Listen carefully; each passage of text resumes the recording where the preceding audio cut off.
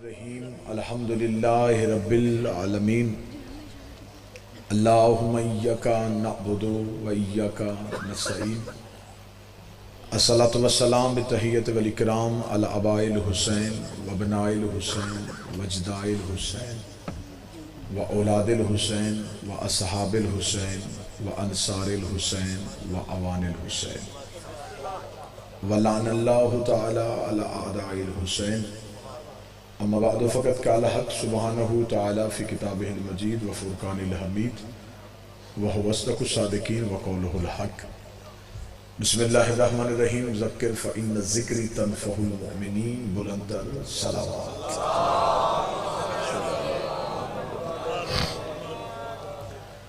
محبان نبی و اہل بیت نبی حبداران رسول و اہل بیت رسول دعا ہے کہ آل محمد کا عظیم اور کریم اللہ اس عظیم ترین عبادت کو اپنی بارگاہ میں شرف قبولیت عطا فرمائے۔ رب الحسین بحق الحسین جتنے بھی ہاتھ اس ذکر میں مانگنے کے لیے اس عزت والی دہلیز سے کوئی بھی خالی ہاتھ واپس نہ جائے۔ اللہ بانیان کی یہ صف عزا بچھائی نبی کی طیبہ طاہرہ سیدہ ظاہرہ بیٹی اپنی بارگاہ میں قبول فرمائے۔ پیر سید اقبال حسین شاہ صاحب، حاضرین کے مرحومین، شہدائے ملت جعفریہ یا وہ مومنین جن کے پیچھے دعا کرنے والا آپ کو زندہ وارث کی صورت میں موجود نہیں، میرا اللہ قیامت والے دن اٹھے ایک ہاتھ میں قرآن دوسرے ہاتھ میں دامن اہل بیت لوائے الحمد کا سایہ نصیب فرمائے۔ بہت بڑی دعا بے نیازی نہ کیجئے گا دل سے اور مل کے آمین کہیے گا اس وقت تک کسی علی ولی اللہ پڑھنے والے کو موت نہ آئے جب تک بادشاہ حسین کے نوری محل کی زیارت نصیب ہو جائے۔ حجت دوران ضرورت زمانہ وارث خانہ پروردگار رہبر معظم حجت الاسلام سرکار ولی العصر کے ظہور میں تاجیل فرما۔ دعاؤں کو قبولیت تک پہنچائیں، سہارا درود کر لیں بلند آواز سے صلوات اللہم صلی علی محمد۔ بسم اللہ صاحب اجازت ہے ذکر شروع کیا جا سکتا ہے۔ رسول کے ظاہری طور پہ دنیا سے جانے کے بعد دو طرح کے نظام چلے، ایک نظام خلافت اور ایک نظام امامت۔ آج تک مذہب اسلام دو نظریات پہ قائم ہے، ایک نظریہ خلافت والوں کا ہے اور ایک نظریہ امامت والوں کا۔ خلافت والوں کا سلسلہ صحابی سے شروع ہوتا ہے اور تابعی پہ ختم ہوتا ہے۔ امامت والوں کا سلسلہ علی سے شروع ہوتا ہے اور مہدی پہ ختم ہوتا ہے۔ یا نظام دو ہیں اور دونوں ہی نظام یہ چاہتے ہیں کہ ہم اسلام کے محافظ بنیں۔ میں نے ہمیشہ کوشش کی ہے کہ عہد حاضر کو سامنے رکھتے ہوئے اپنی نوجوان نسل کی نمائندگی کرتے ہوئے ممبر سے موجودہ حالات کے مطابق گفتگو کی جائے۔ آج پوری دنیا کی نگاہیں ملک پاکستان پہ ہیں کہ شاید یہاں کوئی حکومت بدلے گی اور نظام بدلے گا۔ حکومتیں بدلنے سے نظام نہیں بدلتا، امام کے آنے سے نظام بدلتا۔ بسم اللہ بسم اللہ صلی اللہ۔ سلسلہ خلافت والے کہتے ہیں کہ نظام ہم بچائیں گے، سلسلہ امامت والے کہتے ہیں کہ نظام ہم بچائیں گے۔ جھگڑنا کسی بات پہ ہے ہی نہیں، گولی گالی کسی مسئلے کا حل نہیں۔ خلافت والے چاہتے ہیں کہ نظام اسلام کا ہم بچائیں، امامت والوں کا دعویٰ ہے کہ نظام ہم نے بچایا۔ بحث چوک چوراہے میں نہیں کرتے، مسجد بارگاہ میں تعین نہیں کرتے، خرچ کرتے ہیں کعبے کے صحن میں چلتے ہیں، بیت اللہ کے سامنے بیٹھ کے کعبے کی دیوار پہ ہاتھ رکھتے ہیں۔ تو اپنی خلافت لے کے آ، میں اپنی امامت لے کے آتا ہوں۔ تو پہلے سے لے کے 12ویں تک اپنے خلیفہ سنا، میں پہلے سے لے کے 12ویں تک اپنے امام سناتا ہوں۔ ابھی فیصلہ ہو جائے گا کہ نظام خلافت بچاتی ہے یا امامت بچاتی ہے۔ اگر یزید خلافت سے نکلے گا تو مجرم ہے، امامت سے نکلے گا تو ہم مجرم ہیں۔ جو بول سکتا ہے وہ بولے، جو مذہب شیعہ کی وکالت سننا چاہتا ہے وہ بندہ بولے۔ بسم اللہ سرکار۔ ابھی فیصلہ کر لیتے. بسم اللہ سر.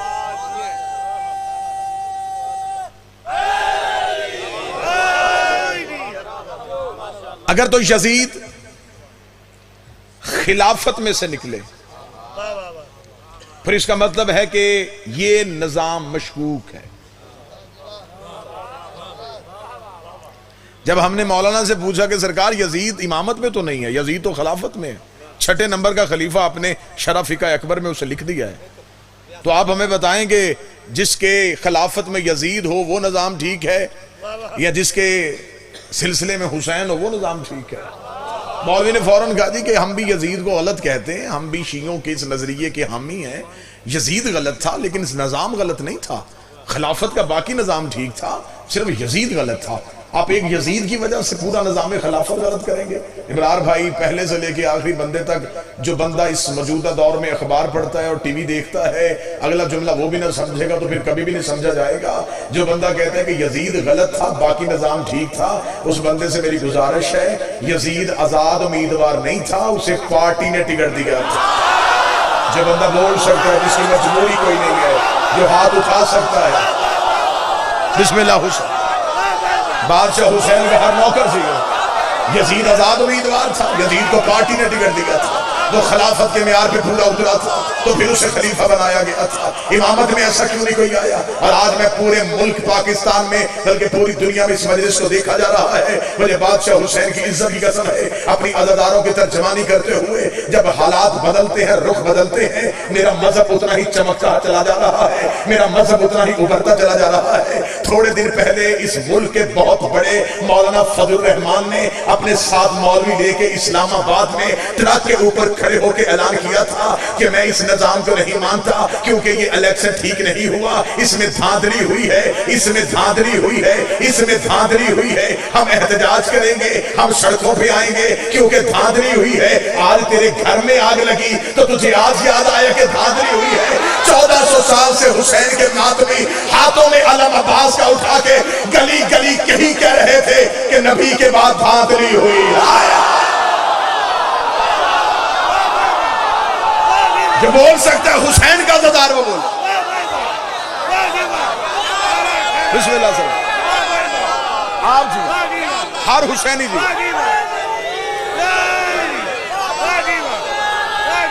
بسم اللہ. بسم اللہ سر. آپ جی ہر حسین کا عزادار ہوں.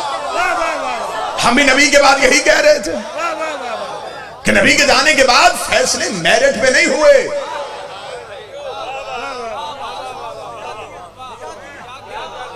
مرضی کے لوگوں کو عزتیں دے دی، آج سیٹ نہیں ملی، آج دھاندلی یاد آئی. ہمارا کسی سیاسی گروہ سے تعلق ہی نہیں، بس ہم مومنین کی کوئی وابستگیاں ہوتی ہیں، کوئی تعلق داریاں ہوتی ہیں، ورنہ مذہب شیعہ سیاست کا مذہب نہیں. یہ مجلس نہیں، یہ قومی کنونشن ہوتا ہے. فضائل کے ساتھ ساتھ ہم ملت کے حالات دنیا کو بتاتے ہیں. آپ صرف یہ سمجھتے ہیں کہ جتنے بندے آج یہاں بیٹھے ہوئے ہیں یہ مجلس سن رہے ہیں، یہ ویڈیو کیمرہ ان لوگوں کو مجلس سنا رہا ہے جو صرف یہ سننا چاہتے ہیں کہ شیعہ اپنے اجتماعات میں کہتے کیا ہیں. لہٰذا مجھے آپ کی تائید چاہیے، داد نہیں، تائید چاہیے. آپ کی تائید کے ساتھ میں جملہ ادا کروں گا. ہم ہر اس حکومت کے دوست ہیں جو حسین کی دوست ہے.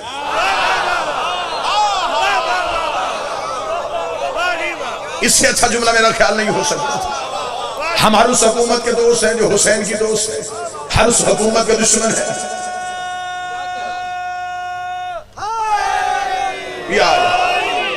لہذا میرے ملک کا نئی کابینہ آئے، نیا وزیر اعظم آئے،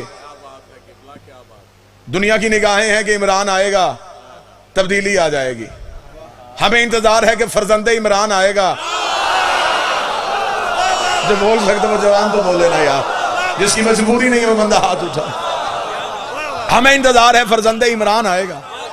اصل تبدیلی تو تب آئے گی. ابھی تو بڑے بڑے چوروں کا احتساب باقی ہے. ابھی تو تم نے صرف لندن کے فلیٹ پکڑے، یہ جگیریں یہاں کی ہیں یہیں رہ جائیں گی، یہ بلڈنگیں یہیں بھسم ہو جائیں گی. تو نے بھی صرف چھوٹے چوروں کا احتساب کیا ہے، ہمیں بڑے جوروں کے احتساب کا انتظار ہے۔ میرا سلام ہے اس ملک کی عدلیہ کو جس نے حاکم کو کٹہرے میں کھڑا کر دیا اور اسی حاکم کو تخت سے اٹھا کے انہوں نے جیل میں پھینک کے زمانے کو بتا دیا کہ حاکم بھی اگر کسی جگہ پہ ناجائز قابض ہو جائے تو اسے سزا ہو سکتی ہے، اگر حاکم بھی کسی جگیر پہ قبضہ کر لے تو اسے سزا ہو سکتی ہے۔ مجھے نہیں پتا پورے بال میں یہ جملہ صرف میں ہی کہوں گا یا میرا مجمع میری تائید کرے گا، ہمیں انتظار ہے عدل کی اس کرسی کا جب محمد کا آخری بیٹا عدل کی کرسی میں بیٹھے گا اور قبروں سے نکال کے پوچھے گا اب بتاؤ فتح تمہارا تھا یا ہمارا تھا؟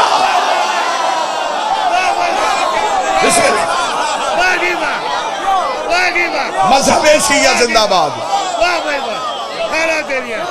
ہر حسین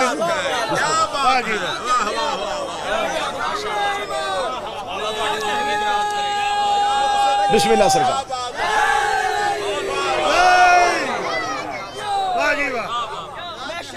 مریدوں سے یہ استاد کہیں گے ہم خود ہے پریشان تمہیں اپنی پڑی ہے، محشر میں مریدوں سے یہ استاد کہیں گے ہم خود ہے پریشان تمہیں اپنی پڑی ہے، جائیں تو کدھر جائیں حق چھینا تھا جس کا دروازہ جنت پہ وہی بیوی کھڑی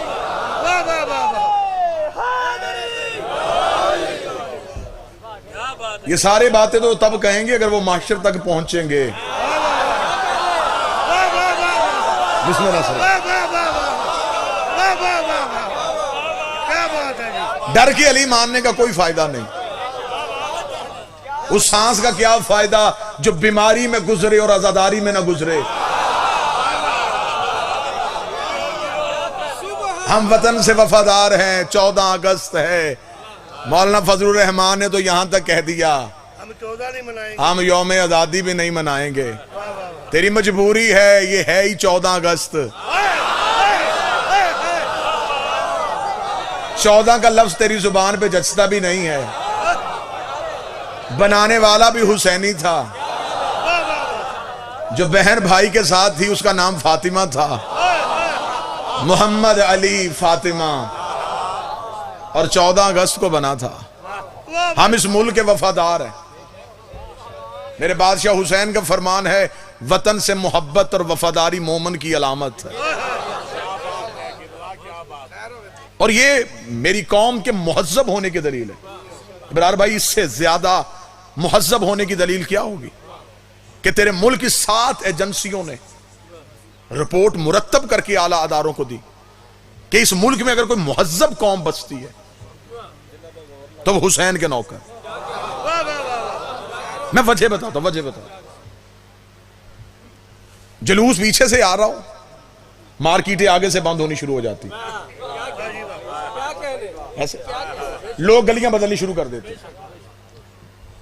ٹریفک رک جاتی ہے، جی آگے جلوس ہے گلیاں بدل لو، ایسے نہ ہو کوئی پتھر مار دے، کوئی آگ لگا دے۔ لوگ قیمتی دکانیں بند کر کے فوراً گھروں کو بھاگ جاتے کہ جلوس آ رہا ہے، ہمارے گھر کو ہماری املاک کو نقصان نہ پہنچے۔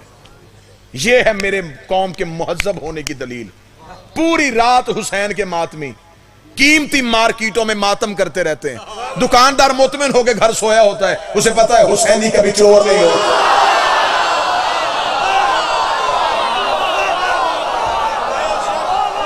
انہیں پتا ہے یہ وطن سے وفادار ہے، یہ محبت کرنے والا۔ میں ملک کے ہر منبر پہ کہہ رہا ہوں، بار بار کہہ رہا ہوں، ساری زندگی تمہاری آخری ٹیک کا نام علی ہے، تمہارے بھروسے کا نام علی ہے۔ ہم اتنے زیادہ جب بیٹھے ہوتے ہیں نا جی ہم آپس میں، تو ہمیں ایک دوسرے کی قدر نہیں ہوتی، پتہ تب چلتا ہے جب ہوں تنہا اور پھر کوئی آپ کے سامنے آپ کے مذہب کی تعریف کرے، لطف پھر دوبالا ہو جاتا ہے۔ بادشاہ حسین نے عزت دی ہے اسی منبر کے صدقے، ورنہ نہ اپنا نام نہ اپنی شناخت۔ ہم لوگوں کی شناخت ہے تو حسین کے ذکر کی وجہ سے، پہچان ہے تو حسین کے ذکر کی وجہ سے، اسی لیے تو ہم اپنے سب دوست ذاکرین سے کہتے ہیں اس منبر کے ساتھ مخلص رہنا۔ فوج کو مہینے میں تنخواہ ملتی ہے، حسین ہمیں دن میں 7 دفعہ دیتا ہے۔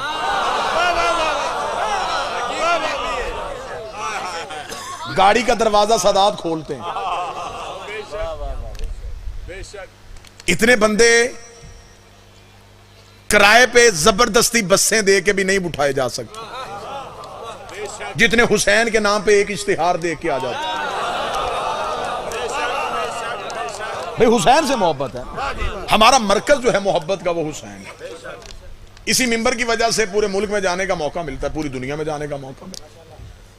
لطف دوبالا ہو جاتا ہے جب غیر مذہب کی تعریف کرے. اقرار بھائی سننے والی بات, برطانیہ کے امیگریشن کاؤنٹر پہ میں نے اپنا پاسپورٹ دیا. سامنے گورا انگریز بیٹھا تھا, اس نے میرا پاسپورٹ تھاما. اس نے تھام کے مجھ سے پوچھا کہ کیوں آئے ہو ہمارے ملک میں. میں نے کہا کہ میں ایک ریلیجیس ریسائٹر ہوں, مذہبی تقریریں کرتا ہوں, اپنے مذہب کی نمائندگی کے لیے آیا ہوں.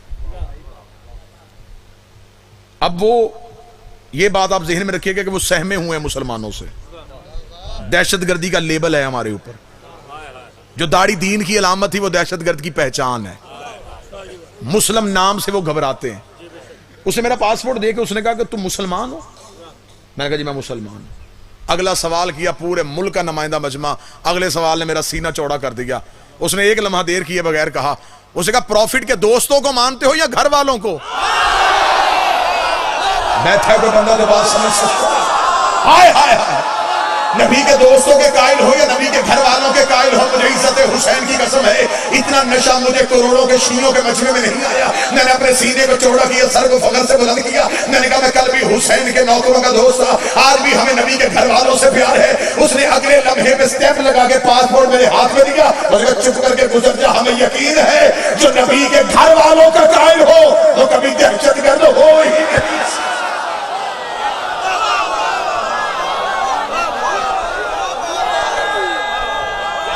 بسم اللہ.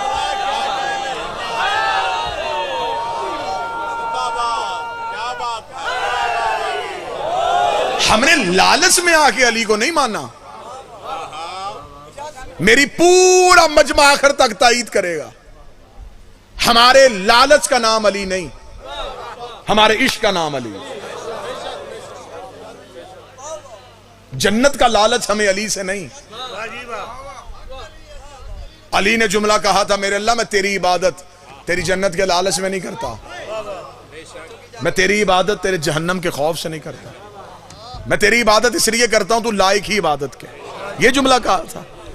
اب ہم ڈائریکٹ اللہ سے تو مخاطب نہیں ہو سکتے. میں سلمان کو وسیلہ بنا کے علی کی دہلیز پہ سجدہ کر کے کہتا ہوں, یا علی یہ آپ ہی کا بنتا تھا, آپ اللہ سے کہتے. یا علی ہم تو صرف آپ سے کہہ سکتے ہیں. یا علی ہم تجھ سے محبت جنت کے لالچ میں نہیں کرتے. یا علی ہم تجھ سے محبت جہنم کے خوف سے نہیں کرتے. ہم تجھے مولا اس لیے مانتے ہیں تو لائق ہی مولا کے.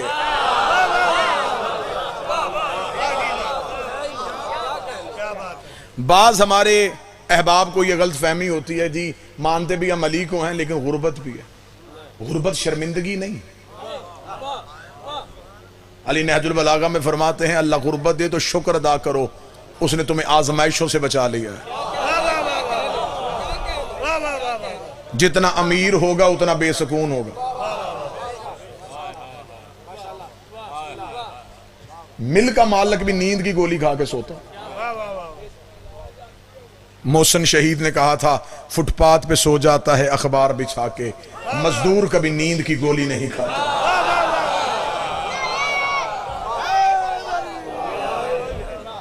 علی فرماتے ہیں غربت آئے تو شکر ادا کرو.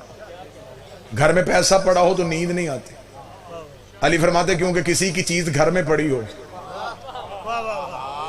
تو سکون نہیں ہوتا. 8ویں بادشاہ کا دور تھا کہ شیعہ نے آگے میرے خراسان کے مالک امام رضا کے قدموں پہ ہاتھ رکھے. اس نے کہا مولا غربت آ گئی ہے, اب شیعہ ہونا کیسا چاہیے. اس نے کہا مولا غربت آ گئی ہے.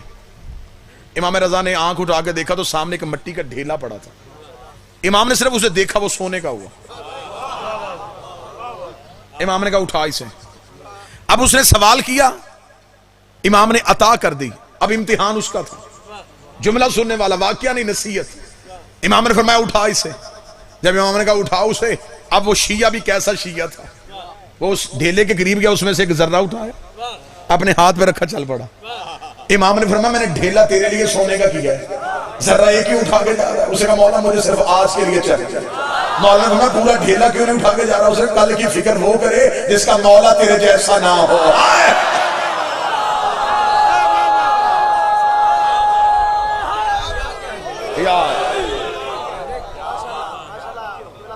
فخر کیا کرو کہ تمہارے امام کا نام علی ہے۔ ہم سلسلہ امامت کے قائل ہیں۔ ہم دن میں 3 دفعہ لاؤڈ سپیکر میں اونچی آواز میں کہتے ہیں اشہد ان علی ولی اللہ وصی رسول اللہ و خلیفاتہ بالافاس۔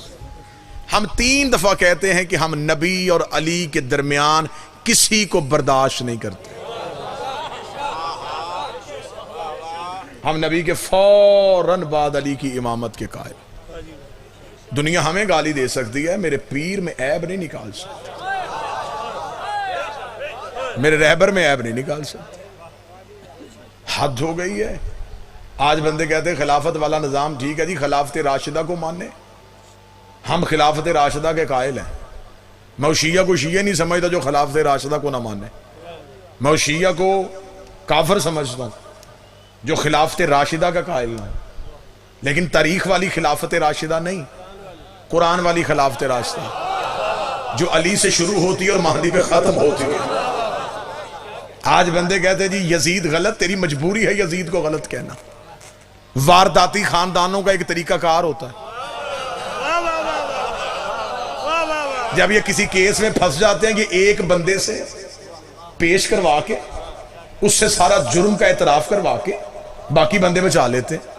ایک بندے کو پیش کرتے کہ تو مان جا سب کچھ میں نے کیا، لیکن جب تفتیش چلتی ہے پھر تفتیش کرنے والے اسے سامنے بٹھا کے پوچھتے ہیں کہ تو کسی کے کہنے پہ مان رہا ہے لیکن تو اکیلا نہیں، بتا یہ منصوبہ کہاں بنا تھا، جو تیرے ہاتھ میں ہتھیار تھا یہ کس نے دیا تھا، تجھے اس جگہ تک پہنچانے والا کون تھا، تجھے وہاں سے لے کے آنے والا کون تھا، جو دے کے گیا تھا وہ بھی مجرم ہے، جو لے کے آیا تھا وہ بھی مجرم ہے۔ آج طریق عراق میں ابن خلدون سے لے کے ڈاکٹر طاہر القادری تک ہر کوئی بندہ یزید کو پیش کر رہا ہے، صرف یزید پکڑنے باقی چھوڑ دیں، یزید پکڑنے باقی چھوڑ دیں۔ یزید کے پیچھے بھی کئی اور یزید تھے، یزید کے پیچھے بھی کئی اور یزید بیٹھے ہیں۔ ہمیں صرف اتنا بتا یزید کو یزید بنانے والا کون تھا،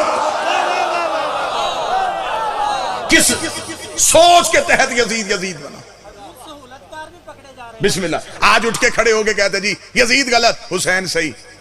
میں آخری منبر سے دعویٰ کروں اور یہیں پہ گفتگو فضائل کے حوالے سے ختم، سوائے مذہب اہل بیت کے، سوائے ہم شیعوں کے، کوئی فرقہ اپنے عقیدے کے اندر رہ کے مجھے یزید کی خلافت غلط ثابت کر کے دکھائے، اس سے بہتر دعویٰ اور میں کیا کروں۔ بسم اللہ سرکار، معذرت میں نے دیکھا نہیں سرکار، واجب الاحترام قابل سادہ احترام عزت مآب جناب قبلہ علامہ اظہر حسین حیدری صاحب محسن ملت، کہاں سے لے کے آئے گی قوم تاج الدین حیدری جیسے ہیرے؟ وہ لوگ قبروں میں چلے گئے جن کی قبریں آج بھی ہمارے جسموں سے زیادہ مہنگی ہیں۔ کوئی بندہ سوائے مذہب اہل بیت کے اپنی عقیدے کے اندر رہ کے یزید کی خلافت کو غلط ثابت کرے، کیسے غلط ثابت کرو گے؟ تمہارے پاس خلافت کا پہلا اصول کیا ہے؟ موضوع ہے میرا خلافت امامت۔ تمہارے پاس خلافت کا پہلا اصول کیا ہے؟ تمہارا پہلا خلیفہ کیسے بنا تھا؟ سقیفہ میں کیسے بنا تھا؟ امت نے اکٹھے ہو کے ووٹیں دی تھی، ایک صحابی نے ہاتھ پکڑ کے بلند کر دیا، تم نے خلیفہ مان لیا تھا، اور تم نے اسے تاریخ میں لکھا اجماع امت، کہ امت جمع ہو گئی تھی اور امت جمع ہو جائے تو خلیفہ بن سکتا ہے۔ تو اگر پہلا خلیفہ اسی اصول کے تحت بنا تو یزید کے پاس یہ اصول تھا، یزید کے پاس یہ اصول تھا، اسے امت کا اجماع مل گیا تھا، اس نے بہت بڑی میجورٹی سے اپنے حق میں ووٹ لے لیا تھا۔ اس کا مطلب تیری خلافت کا پہلا اصول یزید کے پاس تھا۔ تیری خلافت کا دوسرا اصول یہ ہے کہ پہلا جاتا ہوا دوسرے کو نامزد کر کے چلا جائے تو اسے بھی خلیفہ مان لیتے ہو۔ یزید کے پاس یہ اصول بھی تھا، اسے اس کا باپ جاتا ہوا نامزد کر کے گیا تھا۔ تمہارے پاس خلافت کا تیسرا اصول یہ ہے کہ شورا کمیٹی بنا کے فیصلہ کروا لو، تم اسے بھی خلیفہ مان لیتے ہو۔ یزید کے پاس یہ اصول بھی تھا، اسے کمیٹیوں سے نہیں، اسے مفتیوں سے فتویٰ لے لیا تھا. اس کا مطلب ہے تیری خلافت کا پہلا اصول یزید کے پاس، تیری خلافت کا دوسرا اصول یزید کے پاس، تیری خلافت کا تیسرا اصول یزید کے پاس. آج مسجد کے مولوی سے لے کے مفتی مکہ تک جو اٹھتا ہے تو کہتا حسین صحیح تھا، یزید غلط تھا، حسین ٹھیک تھا، یزید غلط تھا. تیری مجبوری ہے حسین کو ٹھیک کہنا، تیری مجبوری ہے یزید کو غلط کہنا. تو صرف حسین کو ٹھیک نہ کہے، پورے نظام کو غلط کہے. تو مان حسین ٹھیک تھا، اجماع غلط تھا، حسین صحیح تھا، نامزد کرنا غلط تھا، حسین صحیح تھا، کمیٹی بنانا غلط تھی. تو مان غدیر صحیح تھا، شکیفہ غلط تھا.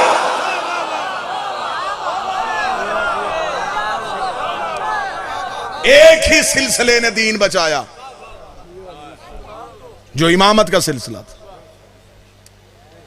حد ہو گئی ہے. میں تیرے اتحاد بین المسلمین کو کیا کروں؟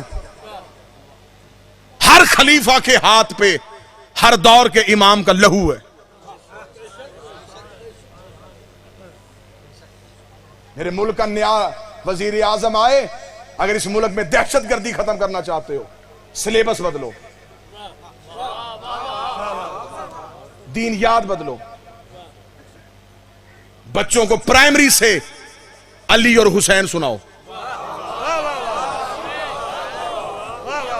اسلامیات میں مضمون لکھے ہوئے ہیں خالد بن ولید پہ،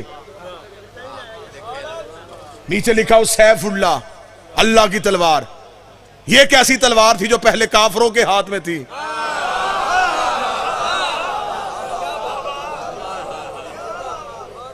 پھر ہمارے سامنے ہزاروں مجبوریاں رکھ دی جاتی ہیں، یہ بھی نہ پڑھیے گا، یہ بھی نہ پڑھیے گا، یہ بھی نہ پڑھیے گا.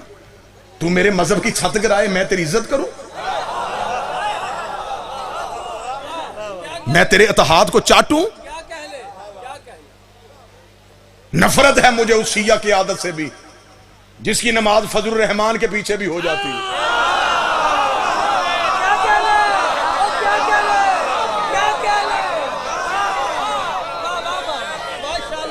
میں تب تک جینا چاہتا ہوں جب تک علی چاہتا ہے. اب تیری پیش نماز کی شرطیں کہاں گئی؟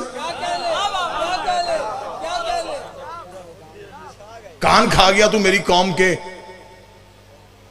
ذاکرین یہ کر رہے ہیں، منبر سے یہ بیان کیا جا رہا ہے. اب پیش نماز کی شرطیں کہاں گئی؟ اب فضل الرحمان کے پیچھے نماز کیسے ہو گئی؟ کر جی حکمت تھی.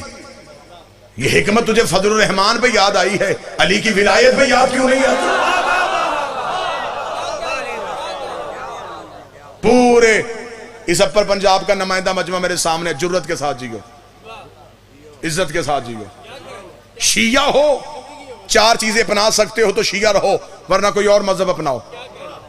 علی ولی اللہ نہ چھوڑنا، حسین کا ماتم نہ چھوڑنا، سید کی توہین نہ کرنا، اور بطول کے دشمن کی عزت نہ کرنا.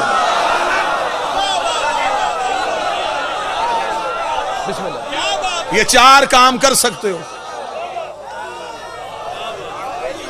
یہ چار کام کر سکتے ہو. بسم اللہ. پھر شیعہ.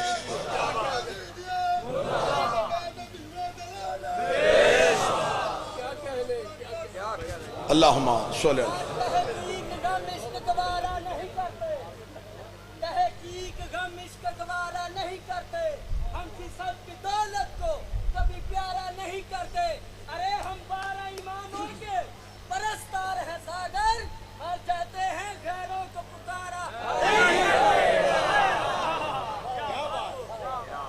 اور یہ اصول ہے کہ جس چیز پہ پابندی ہو اسے زیادہ کرو. تمہیں علی ولی اللہ سے روکا جائے، ہر جگہ علی ولی اللہ پڑھو. حسین کا ماتم نگر نگر کرو، گلی گلی کرو، جرت کے ساتھ جیو. ڈر خوف کیوں؟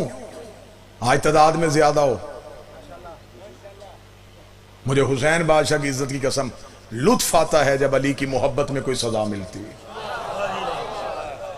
میرے بعد میرے محسن ہیں، میرے بھائی ہیں، قوم کا سرمایہ ہے. ہمارے پاس تو اب یہ ایک چراغ ہے.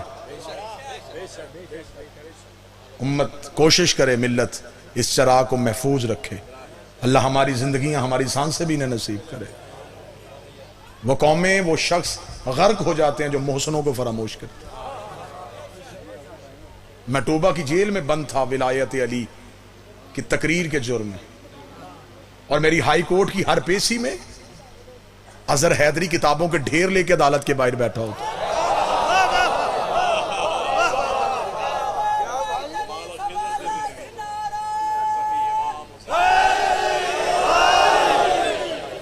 ہر تاریخ پہ میرے وکلا نے بعض دفعہ انہیں کہا بھی کہ جناب آپ ہر دفعہ آنے کی زحمت نہ کیا کریں، جس دن بحث ہوگی ہم آپ کو بلائیں گے۔ انہوں نے کہا نہیں، مجھے سکون نہیں آتا، اگر کسی تاریخ میں بھی بحث ہو پڑی میں کتابیں لے کے آیا ہوں تاکہ میں عدالت میں جا کے بتا سکوں کہ جسم قید ہوا ہے، عقیدہ قید نہیں ہوا۔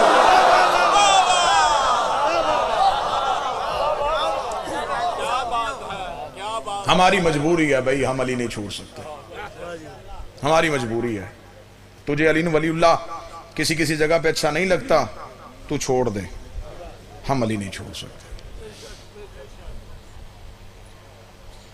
بادشاہ حسین کی عزت کی قسم، جتنے سجدے کرو کم ہے کہ ہمیں علی جیسا امام ملا۔ اسی ولایت کو بچاتی بچاتی بیٹی شام کے بلا،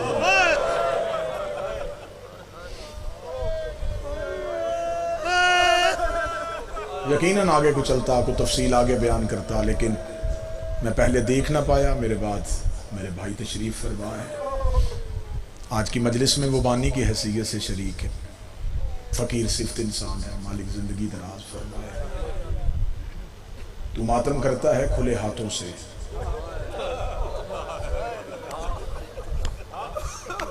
علی کی بیٹی کا پرسہ ہے بدے ہاتھوں سے۔ ابرار بھائی، عزاداری کی ایک تہذیب ہے نا جی، جہاں سے جلوس گزرنا ہوتا ہے پانی چھڑک دیا جاتا ہے، رستہ صاف کر دیا جاتا ہے، رکاوٹیں دور کر دی جاتی ہے، پہلے ہی پتہ چل جاتا ہے کہ اس جگہ سے جلوس آ رہا ہے، رستے کا انتظام بتا رہا ہے کہ پیچھے سے حسین کے ماتمی آ رہے ہیں۔ کتنے خوش نصیب ہو تمہارے رستے میں سبیلیں، تمہارے رستے میں سپاہیاں۔ علی کی بیٹی نے جو پہلا عزاداری کا جلوس نکالا تھا، سامنے 4 لاکھ بدماش ناچ رہا تھا، ہاتھوں میں شراب کے جام تھے۔ شہزادی بار بار نیزی کی طرف دیکھ کے کہتی حسین آنکھیں بند نہ کر، میں نے 70 قدم پہ تیرا سجدہ دیکھا، تو بہن کا خطبہ سن۔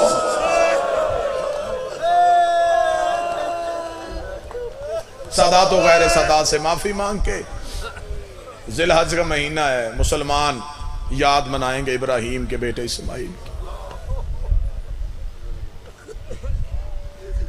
چھری چلی نہیں تھی،